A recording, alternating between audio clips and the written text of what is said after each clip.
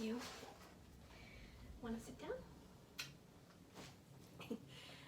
Hi there. Today's practice, we're going to combine breath and movement to try to get as much expansion in the lungs as possible and to decrease any adhesions that there might be in the lungs.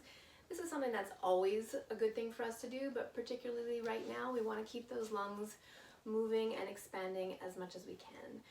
So you're going to start seated. If it's comfortable for you, seated in a cross-legged position. Max, lie down. Lie down. Seated in a cross-legged position. If that's not comfortable for you, just sit in a chair with your feet firmly planted on the ground. So whichever one you've chosen, you're going to place your hand either on your chair or on the floor. Other hand goes behind the head. If that creates any tension in the neck or shoulder, you can place the back of the hand on the forehead instead, whichever one works better for you. We're going to be tipping over sideways, but you want to keep it quite small. So a lot of you may recognize this exercise, and we often do it to open the whole side body. That's not our purpose today. We really want to be mobilizing the lung. And the lung is from the diaphragm up. So roughly from the bra strap up. So you can think of the sternum, the breastbone, and you're trying to side bend that bone and that many of the vertebrae, not all the way down into your waist. So hand behind the head. We're going to inhale to tip over sideways and pause here for a breath out. Next inhale, you're going to lift through the heart and spiral to look towards that top elbow. On the exhale, you're going to round through the upper back and aim elbow to elbow. So we're trying to open up at the back of the lung. Inhale, spiral open, lift the heart so that you're extending through the spine. Exhale, spiral and round to face down. Go nice and slow so that you really take your time to get all the sticky parts of the lungs to start sliding and gliding on each other. We have a fascia called the pleura that wraps the lungs and actually wraps every single lobe of the lungs. And sometimes even just after a simple cold, those tissues can get a little sticky. They can start to stick on each other, which will restrict the expansion of the lungs. Let's do one last one here, round and down. Inhale, spiral and lift through the heart. Turn to face the front and come on up tall. And just stay here for a moment, take one full breath in and out, and just notice if the right and left sides feel any differently from each other. Let's actually take 2 or 3.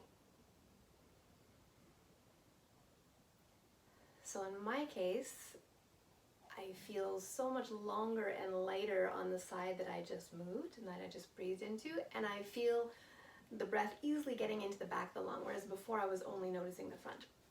The experience might be different from you. Whatever your experience is, notice it, and let's do the other side. So first you place the hand either behind the head or back of the hand on the front of the forehead, or if even that's not available to you, it's no problem to just cross the hand to the opposite shoulder like so, okay? So we're going to inhale to tip over just enough to move the lung. We're not doing this for the lower back here. Inhale, spiral and look towards the ceiling. Exhale, round and down, elbow to elbow. Always find it a good idea, if you're not able to visualize the anatomy in your mind, just take a moment before you do the practice and pull up an image of the lungs on Google, because the more connected you can be to the parts we're trying to work with, the parts we're trying to move, the more successful you'll be in your attempts. Again, exhale, round and down. It's really tempting to make the movement bigger and go all the way down into the lower back and waist, but that is not our goal today. We're really trying to isolate the action of the lungs. We're trying to get that spiral through the lobes of the lungs. Let's do 2 more. That part of the upper back, the upper thoracic spine, is also where the innervation to the lungs comes from. So the more mobile we can make that part of the spine and rib cage, the better able our lungs are to expand and deliver oxygen to the rest of the body for us.